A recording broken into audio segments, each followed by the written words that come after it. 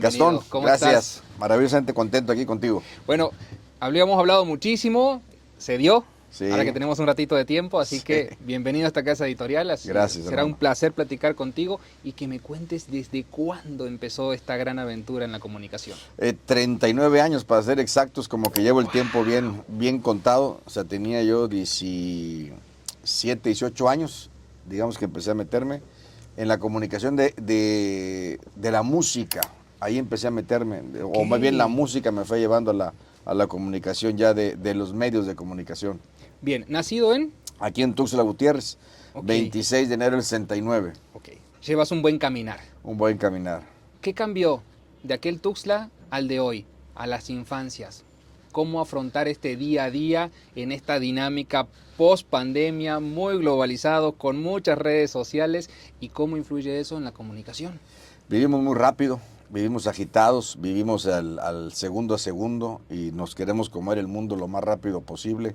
Abrimos el teléfono y lo que queremos es que ya la aplicación que estemos abriendo se pueda visualizar inmediatamente, Tal ¿no? cual. Sea tu correo que te está llegando, sea tu mensaje, sea alguna página, lo quieres todo rápido. Y creo que eso es lo que cambió a los tiempos donde podíamos estar en la calle jugando, donde podíamos divertirnos, donde conocíamos al de la esquina, al de enfrente y al de la vuelta, y donde éramos una comunidad todos. Hoy de pronto podemos estar en casa, no se saluda a nadie con el que está Tal cual. enfrente, estás en un lugar y los 4 personas pueden estar con el teléfono en la mano en lugar de dialogar. Creo que son esos cambios que a pesar del COVID que vivimos, que nos encerraron, que nos dijeron, háblense, conózcanse, platiquen Sí. entre ustedes. Y que ahí fue otro detonante. Y fue otro detonante, muchos se conocieron ahí, ¿no? No sé ni quién era, ni qué era su pareja con la que estaba. Tal cual. Pero creo que esto nos vino solamente a decir una cosa: hay que aprender a respirar, a aprender a visualizar lo que tenemos frente y aprender a agradecer, porque vivimos muy rápido todo, ¿no? Justamente en ese tema, vez pasada unas personas me decían, no, es que, ¿sabes qué? Estás demorando mucho en publicar esto. Y yo le decía, no puedes publicar cualquier cosa, porque no sabes de Sí. dónde viene, si la fuente es real, si esto es aquello. Y dice, bueno, pero no importa, lo importante es que lo publiques. Y dices, Todo lo quieren "Ok". rápido. Por esa Sí, la rapidez, ¿no? Decir, inmediatez. no importa Sí. si es verdad o es mentira. Lo Y ya no hay importante es que capacidad de esté- discernir. Y esa es la otra parte. Sí. Si tenemos que discernir en 15 segundos o en 30 segundos, que es el tiempo que le determina el habitual, diríamos, Ujú. a leer una nota, ya tenemos un problemote. Sí, y se entrelee, ¿no? Y se medio visualiza y ya no te da tiempo de saber si es real o no, pero tienes la increíble desgracia de compartirlo, porque lo compartes sin saber si es real, ¿no? O sea, para eso sí tenemos inmediatez, tenemos prisa y no para consultar. Sí, son tiempos muy accidentados, te digo, que estamos viviendo hoy en día. Así nos está tocando, y hay que aprender a navegar en estos. Vez pasada platicábamos, me mostrabas una foto que después la vamos a poner también aquí y demás, de un muchachito. Sí. Cuéntame un poquito de la historia, Sí. porque vamos a poner la historia justamente Sí. para que se vista y justamente para que entienda uno lo que significaba antes el tema de comunicación. Y lo digo antes porque creo que ha ido evolucionando a tal punto de que hoy esa inmediatez hace que se tome más a la ligera la información que se da. Sí, yo creo que todos comenzamos con sueños, con ideas, a lo mejor no tan concretas, pero por lo menos quieres tener un rumbo hacia dónde vas. Y te digo, lo mío que empezó con la música, empecé a cantar, participaba en diferentes festivales de la canción. Aquí en Tuxtla. Bien. Y luego entré pues en el Colegio La Salle, y luego en el TEC de Monterrey. Participaba yo en festivales de la canción y eso me fue llevando justamente a que escuchara mi voz y empezara a meterme a grabar los comerciales de radio. Entonces, ese primer contacto con los micrófonos, Claro. de saber que tu voz la estaban escuchando cuando ibas en el carro o estabas en tu casa y escuchabas tu comercial, era fascinante, ¿no? ¿Recuerdas tu primer programa de radio? Sí, como no, era una sección de deportes que duraba 3 minutos. Me invitaban a ese programa que se llamaba De Todo Un Poco con Manuel Peña Carrión y yo conducía ahí los deportes. Ok. Y me daban los recortes de periódico, ¿no? Y de ahí leía yo lo de un día antes, en el programa de radio en las noches. Y 8 meses después me dieron mi programa ya único, era de 9 a 11 de la noche, se llamaba Ilusión Nocturna. era un programa de música romántica, Okay. no estaba metido en la noticia, pero era maravilloso cómo tu voz podía transformar imágenes y cómo las personas se podían recrear con lo que estabas diciendo, ¿no? Claro, Un chavito de 17, 18 años estaba hablando de música romántica, estaba leyendo poemas, estaba yo cantando, y eran 2 horas en la noche. Un amigo que justamente tenía un programa nocturno, yo le digo, bueno, ¿y qué tanto te gusta? Él tiene 3 hijos y me decía justamente, es como que yo todas las noches le cuento un cuento a mis hijos. Sí. Esa es la sensación que yo tengo cuando hago el programa de radio, porque además lo tiene hace 40 años, Ah, lo mira, sigue teniendo qué hoy en día. maravilla, qué maravilla. Y yo le contaba siempre cuento a mis hijos cada vez que llegaba a casa, cuando ya no me daba tiempo de dormirlos, entonces lo que hacía era amarrarles sus calcetines, le amarraba los pisos con los calcetines para cuando se levantaran y forcejeara, decía, bueno, mi papá me vino a ver en la noche. Era una señal que yo les daba, Okay. ¿no? O les contaba un cuento antes de dormir cuando tenía oportunidad, y de pronto ya el ingenio se me acababa, ¿no? Porque fíjate que era un pajarito azul que llegaba por las noches, te daba un beso, y el siguiente día era el mismo pajarito, ¿no? Oye, papá, ese ya me lo contaste ayer. Es otro pajarito, hija. Ya no tiene nada que ver con el de ayer. Y estoy contigo, aunque no esté, ¿no? Y Claro. era ese mensaje. Bueno, justamente ahí me das apertura a otra pregunta. ¿A qué se parece la sensación de que te tome la mano un hijo y te diga te amo? ¿Y sabes qué? Que es más emotivo cuando ya tu hijo tiene 28 años y de pronto ves un mensaje que dice, papito, te amo. Hasta ¿Tienes un hijo tan grande ya? Tengo un hijo tan grande, sí, ya. No, ya. Okay. Yo me casé a los 28 años, tuve mi hijo a los 29, entonces ya voy a cumplir 57. Tengo un hijo de 29, otro niño de 25 y de 24. Le mandamos saludos le sigo a todos. diciendo niños, ¿no? Claro. Uno nunca deja de ser el niño de mamá. Mi madre tiene 86, tiene un tema de Alzheimer, y para ellas yo sigo siendo su niño, ¿no? Entonces, y eso es lo que nos motiva todos los días. Y en el caso, pues, de mis hijos, de esa frase que tú bien dices, creo que, y hace un poco lo revisaba, a lo mejor no crecimos con ese mismo afecto, con ese mismo sentido de la vida de nuestros padres más viejos, Claro. que no nos daban la misma calidez, pero no significaba que no nos amaran. Claro. Pero no eran tan demostrativos. Y hoy los tiempos son distintos. Hoy también a veces damos el te amo con un GIF, con un meme, con una sola palabra. Claro. Y estamos evitando el decirlo, el dar el abrazo que es tan significativo. Uh-huh. Sí, muchas veces esos abrazos, cuando uno abraza, la gente se incomoda. Sí. Pero por la misma cuestión de que ya nos desacostumbramos a. Sí. Yo muchas veces le digo, a mí al principio me costaba mucho saludar, porque yo saludaba y cuando me acercaba a darte la mano, te daba un beso, Sí. no importaba si era hombre o mujer. Sí.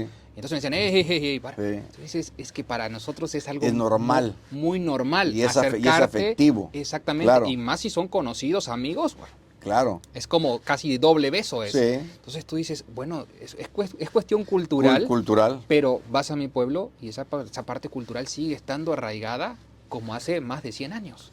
Y es que son cosas que no deben de perderse, ¿no? Simplemente la relación de padre-hijo, ese afecto no debe de perderse con el paso del tiempo. Yo hasta la fecha también lo sigo haciendo con mis hijos, con tíos ya de muchos años, es el mismo saludo, ¿no? El saludo con beso. Algunos amigos también, exactamente, hago lo mismo. Y recuerdo una ocasión que estaba en Televisa en Monterrey, venía yo con la cabeza hecha pedazos, y me topé con un querido amigo, le digo, hermano, dame un abrazo, necesito un abrazo en este momento.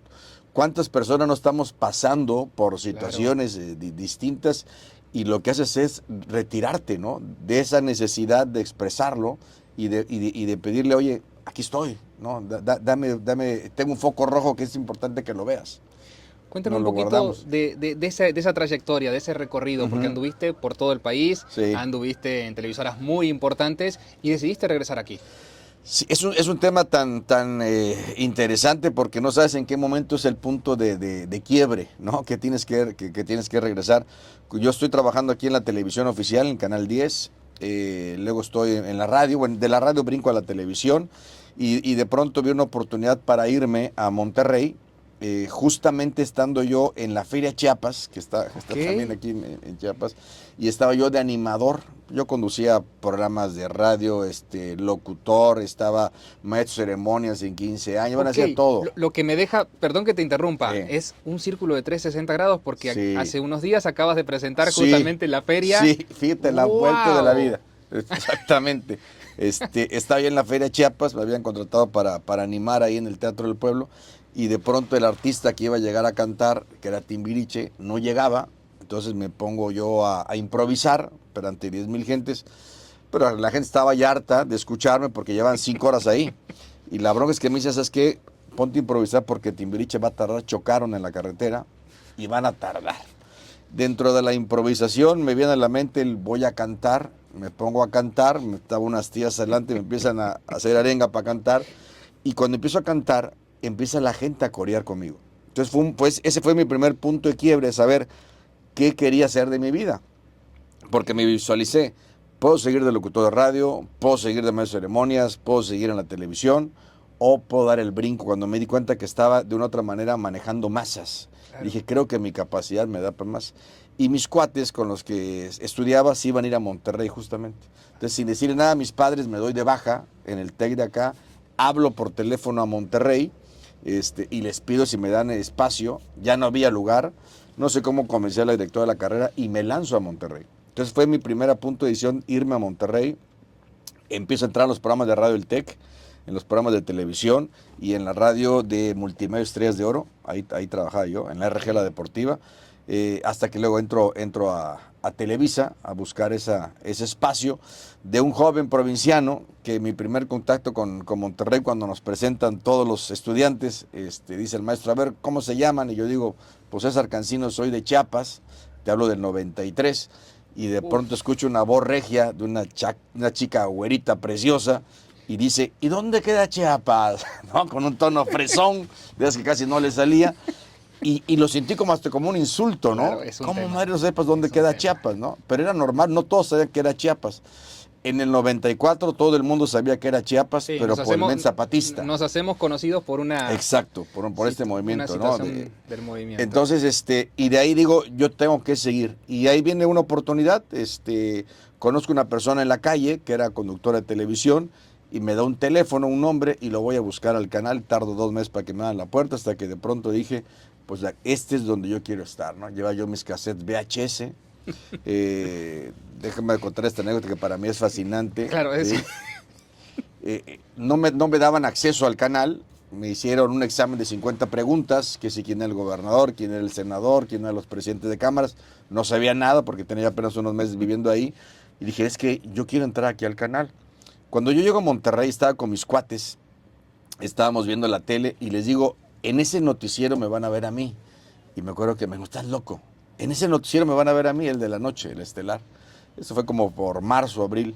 En octubre estaba justamente en ese noticiero dando las noticias en Televisa, hasta que dije, yo quiero estar acá, ¿no? Y así ha sido mi terquedad de ese niño que quiso ser cantante, que quiso ser futbolista, y que dije, pues creo que por aquí es el camino. Ok, hoy lo encuentras a ese niño en una plática, ¿qué le dices? ¡Ay, qué buena pregunta! Me he encontrado con ese niño interior en varias ocasiones. Hoy le puedo decir que todavía la misión no está cumplida, ¿no? Creo que le puedo decir a ese niño que vamos bien, que no se rinda, que no tire la toalla y que vienen muchas cosas muy grandes todavía para su vida. ¿Qué significa para ti esa perseverancia y esa disciplina? Porque definitivamente creo que van de la mano, y justamente por ahí muchas veces uno busca el destello, pero el destello, lo hablábamos fuera de cámara, es solamente un destello, es un momento. Sí. Lo otro es perseverancia, constancia. Sí, algunos la quieran confundir con suerte, ¿no? Tiene suerte. Para la suerte hay que prepararse. Hay que preparar y hay que estar listo. Preparados y listos para que la oportunidad, cuando te toque, la sepas aprovechar. Es correcto, porque las oportunidades están aparatosas en la vida. Yo siempre he dicho que en ese tren vamos viajando todos. Tú vas a ver en qué estación te quieres bajar y o a dónde quieres abordar. Yo creo que el César Cancino de siempre ha sido un chico soñador, un chico que se ha atrevido, un chico que ha cometido errores, que ha sido muy independiente también en sus tomas de decisiones, muy arriesgado, diría yo, también, pero al final de cuentas creo que siempre tiene un propósito muy claro: trascender, dejar huella y no ser uno más del montón. Siempre lo he pensado, ¿Y qué siempre. significa estar en la vida pública? Porque estar en la vida Sí, pública es una exposición, es una vidriera y constante, hoy, para hoy, bien hoy y más para que mal. nunca, ¿no? Porque hoy, Claro, estás en la mano de todos, porque ahí traes el teléfono celular, que es lo que hoy en día nos ocupa y nos desocupa la vida misma. Antes era la televisión, sí. pero hoy estás en cualquier cafetería, en cualquier cine, en cualquier restaurante, estás con el teléfono y en cuestión de segundos te llega algo. Y ahí es donde tienes que tener, como ha pasado, ¿no? Tener las agallas de saber cómo enfrentar las cosas. Creo que al final de cuentas también lo más importante es ser lo más transparente y lo más auténtico posible, dentro y fuera de tu actividad pública que tengas, ¿no? Ok, van dos juntas.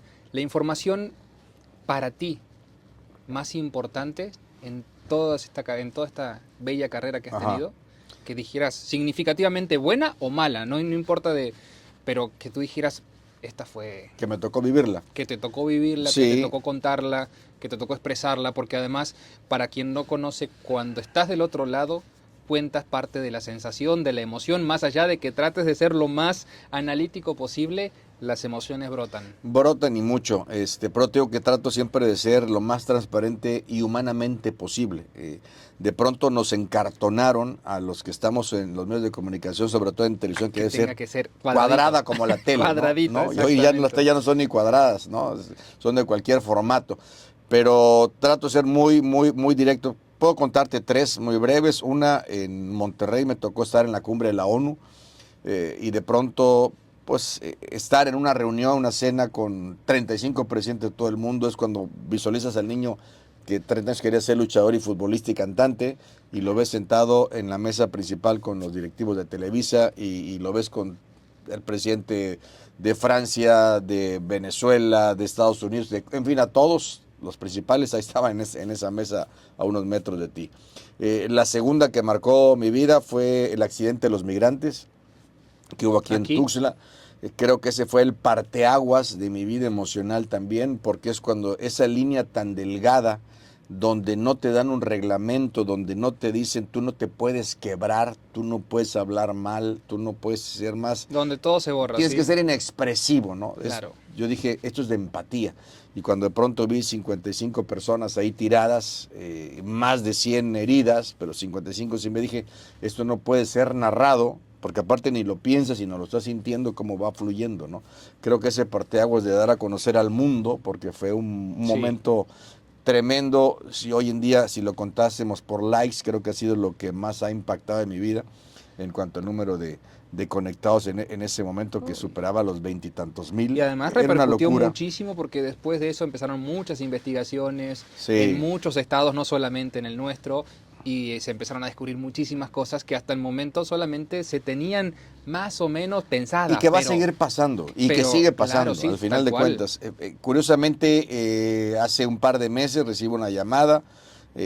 Hablamos de la Fiscalía General de la República, estamos investigando este caso del accidente de hace 2 años, y el Departamento de Estado de Estados Unidos está interesado en entrevistarlo, y con base a lo que usted diga va a tener que venir a Washington a declarar. Entonces yo dije, para empezar, dije, esto no es real, Claro. ¿no? A 2 años no puede ser que me estén llamando, ¿no? Debe haber algo de trasfondo. Pero sí una llamada real, me mandaron a declarar, me reuní con 5 funcionarios de Estados Unidos de diferentes dependencias, y me empezaron a cuestionar sobre lo que se ve el accidente. Le dije, lo único que sé es lo que está en el video. No sé nombres, no sé quién está detrás de esto, no sé Claro, el nombre del chofer, porque estaban buscando como que claro. atar ¿Cómo, cabos. cómo atar los cabos para Exacto. empezar a... Y era increíble porque había un policía, un agente no sé si era, no sé qué departamento, pero había una persona, una señora, especialmente en ver mis movimientos corporales. Los demás hacían anotaciones y ella nada más me observaba mire. como para saber si está mintiendo o Claro. no. Impresionante. Fue una hora de declaración que me tomaron, Wow.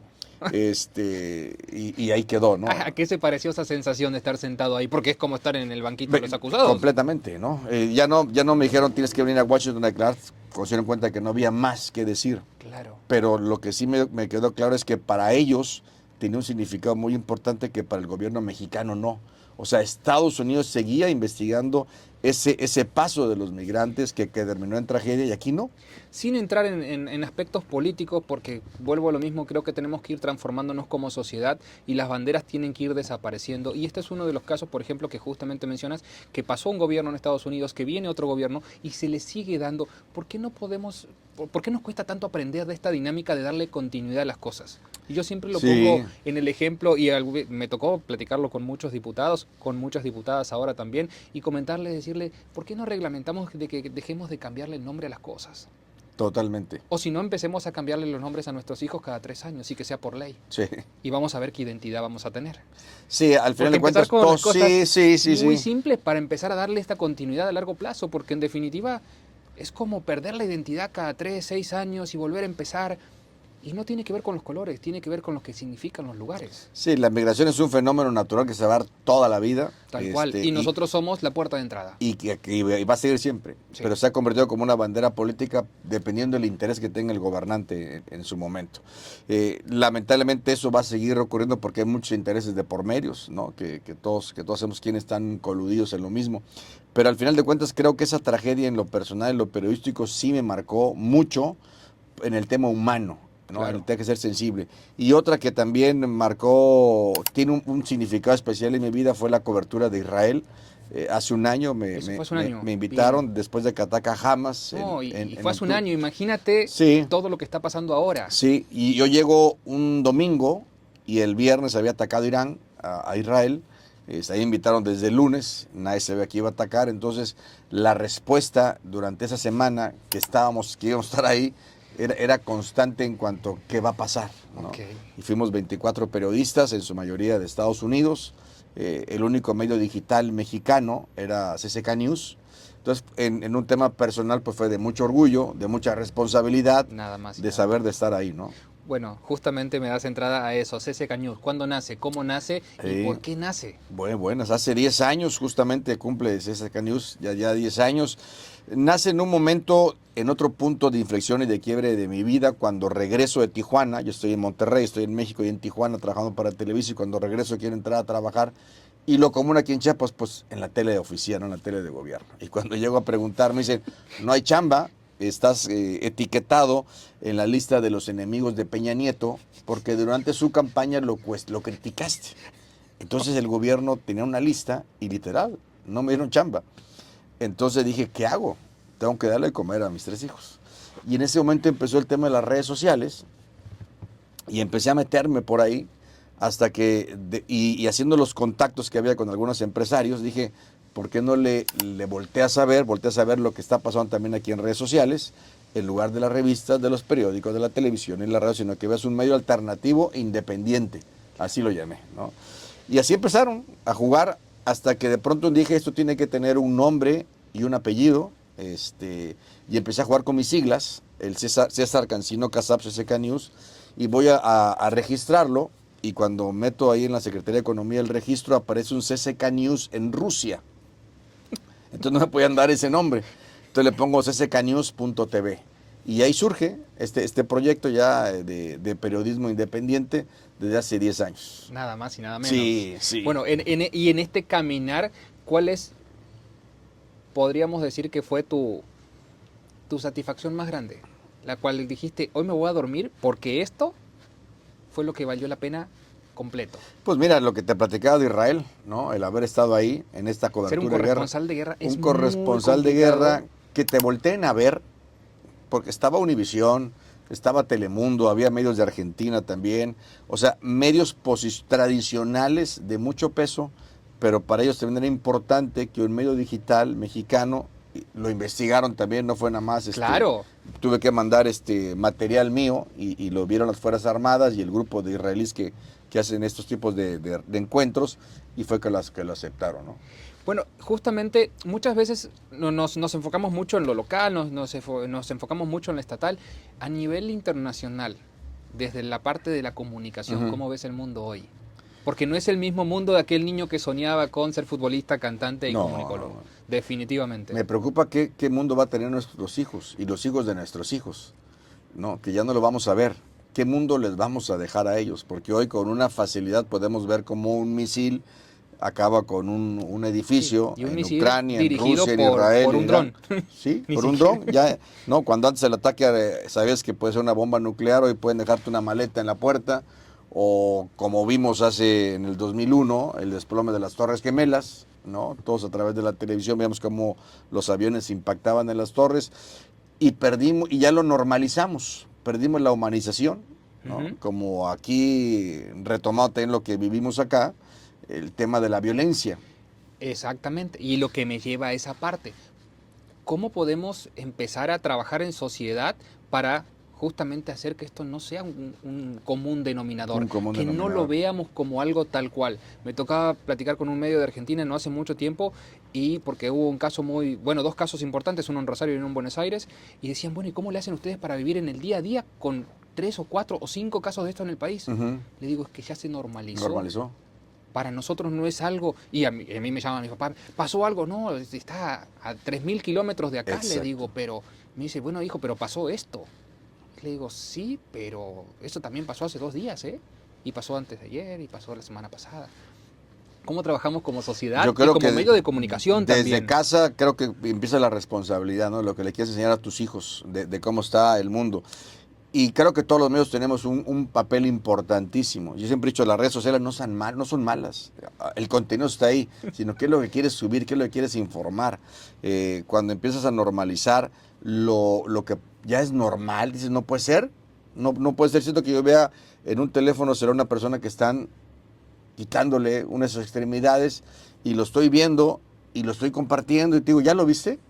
Yo les digo, ¿ya pensaste si esa persona fuera a ser tu hijo o un familiar tuyo? ¿También lo compartirías? ¿Sentirías la misma empatía al estarlo compartiendo o te enojarías?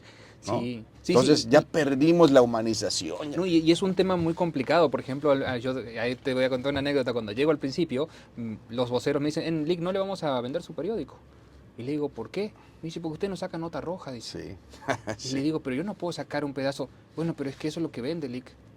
Le digo, Es la no. frase más trillada. Entonces le digo, no vamos a poder hacer nada, le digo, porque yo eso no lo voy a sacar. Hermano le Puñito, digo. te voy a decir, cuando entro a Televisa Monterrey, al año siguiente que está en el noticiero, me nombran director de noticias y uno de los conceptos es quitar la nota roja. Entonces, porque antes era, tal persona se privó la vida. Entonces era meter la imagen del cuate que No, se privó la vida, de la manera que sea, lo exhibías y luego metías la imagen donde está la familia llorándole en el féretro. Y dije, tenemos que darle la vuelta a esto. Entonces lo que hacía es, sí reportaba que una persona se privó la sí, vida, claro. no metía la imagen, no metía la imagen del féretro, lo que decía es, ¿por qué se quitó la vida? Entonces empezabas a investigar con psicólogos, con especialistas, para que detectáramos esas alertas, esas alarmas, y se lo puedes dar a la gente. Si tu hijo está pasando por esto, puede ser consecuencia de esto, Claro. ¿no? Lo que me da pie hay Entonces, algo muy importante, porque en los últimos 2 o 3 años en Chiapas hemos tenido un avance increíble, increíble y lamentable en el tema de los suicidios. sí. Entonces hay que ponerle mucho ojo, sé que se está trabajando mucho y demás, pero hay que echarle más ojo, más empeño, más... ¿Por qué? Porque todas las personas que veamos que alguien está atravesando por una situación difícil, como decías, tanto el abrazo como es como también, mira, llama a este, llama a aquel, te Sí, puedes... tiene que haber Porque corresponsabilidad. La salud hoy en mental está día, muy dañada. exactamente. Y eso es acá. Pero voltea a ver lo que pasa ahorita en Estados Unidos. No, Que llega un sujeto con un arma y agarra cuanto puede en la calle o en una escuela o en una iglesia, ¿no? sí, O en un evento masivo. tal O cual. sea, la mente está dañada.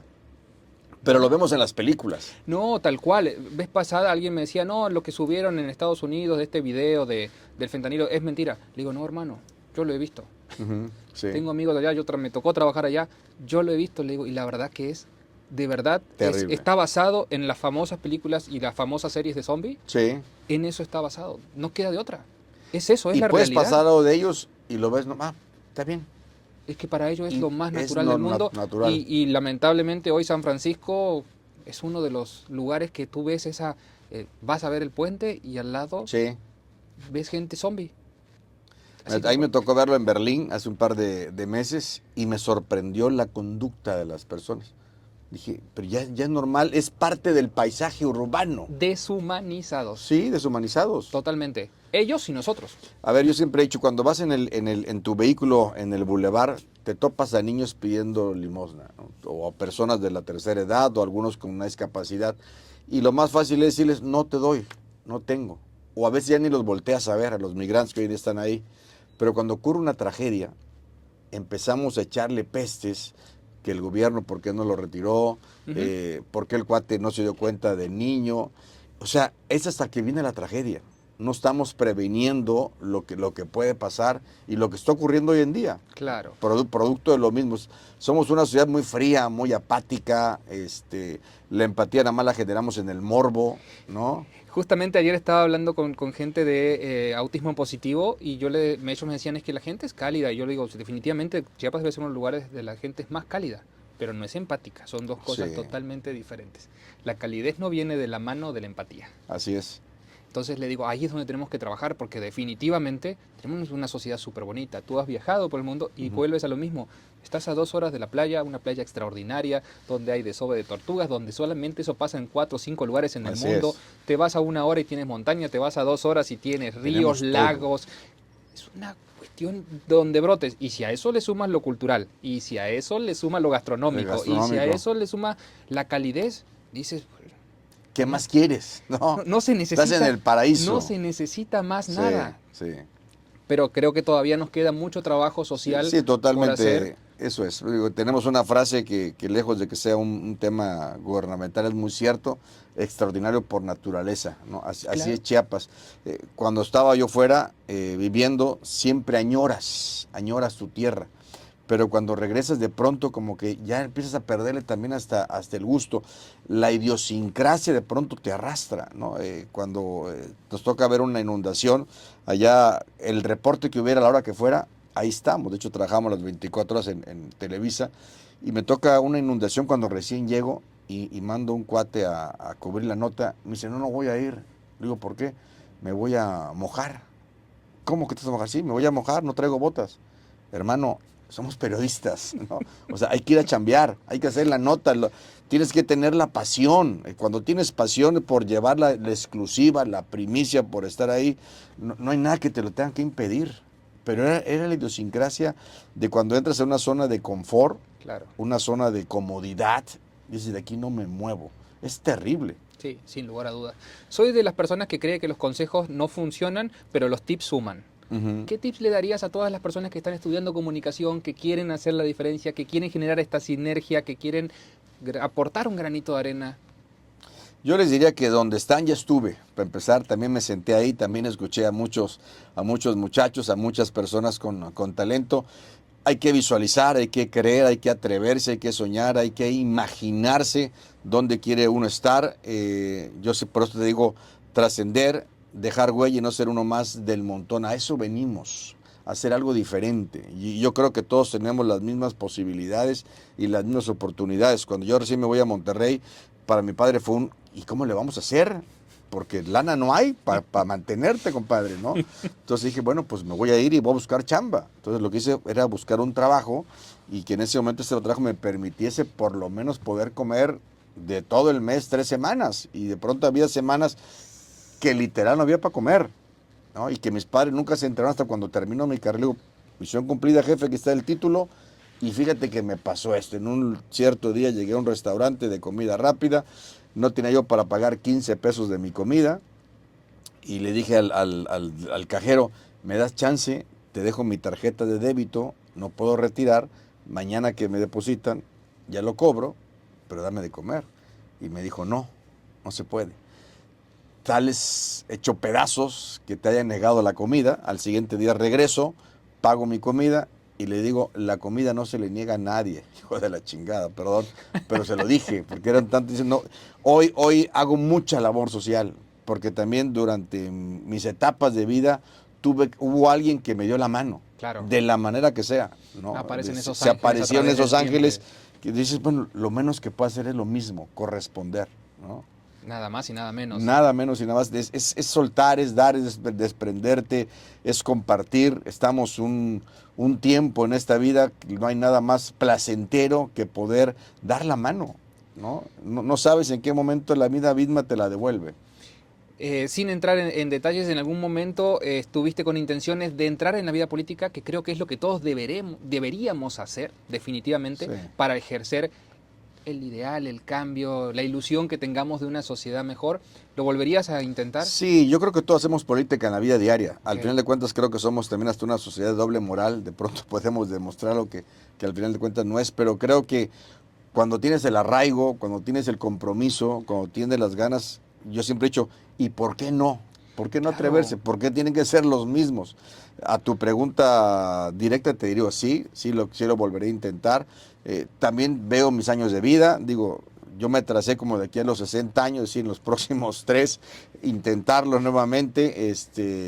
Creo que sí pudiese aportar algo, porque además hay muchísima gente muy buena. Es que eso es lo que te iba a decir, hay mucha gente buena, hay mucha gente intentando, hay Sí. mucha gente, y creo que también eso es parte de, el tema es aglomerar un poquito y empezar a sacar esta parte de el fanatismo. Yo siempre digo lo mismo, a mí una de las cosas que más me impactó, lo primero que hice cuando llegué a Ciudad de México fue a ir a un clásico Chivas y América. Ay, nada más, híjole. Y lo que más me impactó es que yo llevaba la camiseta de Chivas ¿Y estabas en el lado del América y o me qué? tocó en el lado del América. Joder. Y en ese momento En en la Argentina Monumental. ya estaba prohibido que tú pudieras visitar Sí, las hinchadas sí, y demás. claro.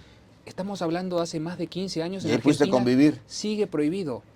Sigo, más allá de que te hayan Sí, tirado un poquito de cerveza, sí, que es lo de menos. Sí, Allá sí, pero sigue te lo prohíben. prohibido Igual porque en Europa. el fanatismo se transformó en algo que, al igual que en la política, divide familias.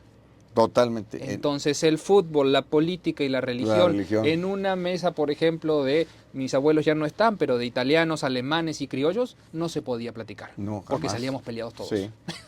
Y hoy pasa, hay familias que le pueden ir al PRI, otros al PAN, otros a Morena hoy en día. Por y eso así dividen amistades. Sí, no, es que yo, Sí. yo Diego, y me dirás tú que tienes muchos años aquí, para mí es el primer lugar en el mundo donde las amistades cambian cada 3 años. Los intereses Es un fenómeno fluyen social tremendo. increíble, ¿eh? Sí. Increíble y además alarmante. Preocupante, es terrorífico cómo las amistades se dividen por no pensar igual o porque le vas a otro candidato, aunque tu amigo, tu hermano esté contigo, Sí. se dividen. Y yo les digo, a ver, ¿para qué se pelean? Ustedes no crean que los demás no se llevan, todos los políticos se llevan bien. Todos se llevan Todos bien. tienen su historia, todos tienen su pasado y su cola muy grande. Ellos no dejan de pelearse, al final están buscando sus propios intereses. Entonces la sociedad no debe de ser tan llena de fanatismo ni apasionamiento en este tipo de temas, pero sí también empezar a pensar, ¿no? y aprender, como hace rato decíamos, a delimitar tus propias ideologías hasta dónde. Pero yo creo que hay mucha sociedad muy buena que sí puede aportar para que las cosas se hagan bien. Si cierras los ojos, ¿y cómo te gustaría visualizar a un Chiapas en 10 años? Híjole. Bueno, en paz, recorrerlo por todo el estado, ¿no? Y yo creo que no estamos ya muy lejos de eso. Es una tarea de todos los días. No hay que Y de dejar. todos. Y de todos. Porque No hay que es la dejar solo al parte que creo gobernante. que también dejamos de hacer. Como Sí. ciudadanos dijimos, ay, que le vean. Yo tenía una frase hace muchos años que decía, la seguridad es compromiso y responsabilidad de todos. De todos, Sí, ¿no? tal cual. Oye, es que asaltaron a tal persona, bueno, ¿dónde andaba? ¿Qué hacía? ¿Dónde está? Pues salió del antro a las 5 de la mañana y se fue a meter a... Pues sí, digo, lamentablemente en una sociedad tan diversa, Sí, claro. siempre habrá una necesidad de alguien. Lo peor es que te pueda pasar a plena luz del día también, como ocurre, pero algo tenemos que hacer.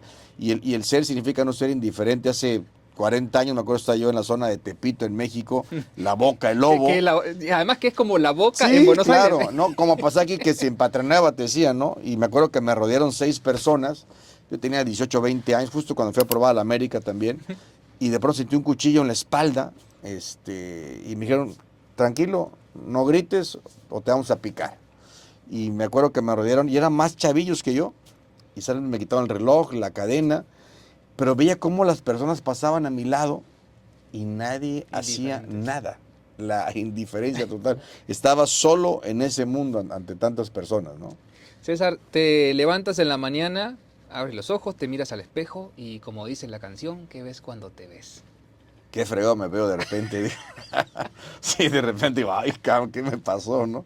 No, fíjate, cuando abro los ojos, yo me levanto muy temprano, 4:45 de la mañana, y lo primero que digo, a ver, cabrón, con actitud, con ganas, siempre trato de ponerme una palabra de aliento, hoy no te rindas, ve a correr, y me cuesta la levantada y empieza a meter todos tus problemas que traes en la cabeza, porque todos, o en mi caso los traigo también, pero digo, el problema no puede ser más grande que uno. Y salgo a la calle y siempre voy a ver a una persona que está en una situación más difícil que la mía, y digo, y me estoy quejando, cabrón, en lugar de agradecer, porque el respirar, el soltar es agradecer por un día más. Entonces yo sí, cuando despierto, agradezco y digo, vamos para adelante, y ahí me lo llevo. Los sueños de hoy, ya hablamos de los sueños del niño, los sueños de hoy. Los sueños de hoy, qué buena, yo creo que hay una búsqueda que el ser humano, o en mi caso como ser humano, siempre trato de encontrar, es esa felicidad total. Total, que todo lo que englobe mi vida me lleve a eso, ¿no? Creo que todavía me siguen faltando esas asignaturas, algunos puntos como para poder encontrar ese equilibrio que yo le quiero llamar como felicidad total.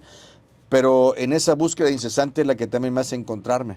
Cuando justamente siempre he dicho a veces, no el que busca es porque sabe hacia dónde va, pero al final de cuentas estás todos los días tocando esa puerta que te va a llevar a la felicidad constante. Cuando te sientas y hablas con tus 3 pequeños, ¿qué platicas? Esa distancia, porque no viven acá, pero son mensajes, hoy son los mensajes, ya no es el teléfono que antes escuchaba, que escuchaba el timbre, el teléfono te emocionaba, hoy es un mensajito, le pones un timbre especial para que sepas quién te está marcando, también identificarlo rápidamente, y la comunicación con uno de ellos es muy fluida, sí, con él sí hablamos por teléfono mucho rato, con nosotros son 2, 3 mensajitos, pero sabes que te iluminan la vida, claro, ¿no?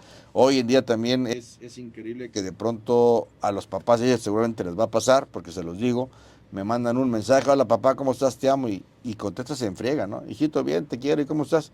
Y te dejan de contestar. Y ahí quedó hasta 5 horas cabrón, después. Pues estás en línea, ¿no? Contéstame, cabrón. Pero si dice papá, necesito esto, les contestas. Ahí cambia la cosa. Ahí va a ser continua sí, la conversación. Ahí sí fluye bastante. Pero es creo que esa misión la hemos trazado muy bien. Hemos cumplido con ese objetivo con ellos, ya están graduados. Entonces, esa parte, cuando me entregaron el título, regresó ese momento con mi papá. Uno de mis hijos hizo exactamente lo mismo que yo. Estaba en Mérida y se fue a Puebla. Yo estaba aquí en Tuxtla y me fui a Monterrey sin avisarle a mi papá. Él también me hizo lo mismo. Papá, me salgo de esta escuela porque me voy a ir a Puebla, pero ya tengo todo listo para irme en el avión, la escuela, y pues nomás prepárate la chequera, ¿no? Para hacer todo el movimiento. Pero es satisfactorio, tengo un médico, mi hijo mayor es médico, y los otros 2 son estrategas financieros, y cada uno hace su chamba muy bien. Y se hizo un buen trabajo junto con la mamá de los niños. Muchísimas gracias por el tiempo, gracias por la platicar plática, contigo, las hermano. puertas abiertas de esta casa editorial. Sí, quedan muchas historias y muchas anécdotas sí, para la próxima. Seguramente, sí. Sí, así que yo agradezco muchísimo y ha sido un placer. Gracias, redes hermano. sociales. César Cancino en Facebook, CSK News la fanpage, César Cancino acá en Instagram. Gracias. Ahí estamos, gracias, hermano. Ha sido un placer.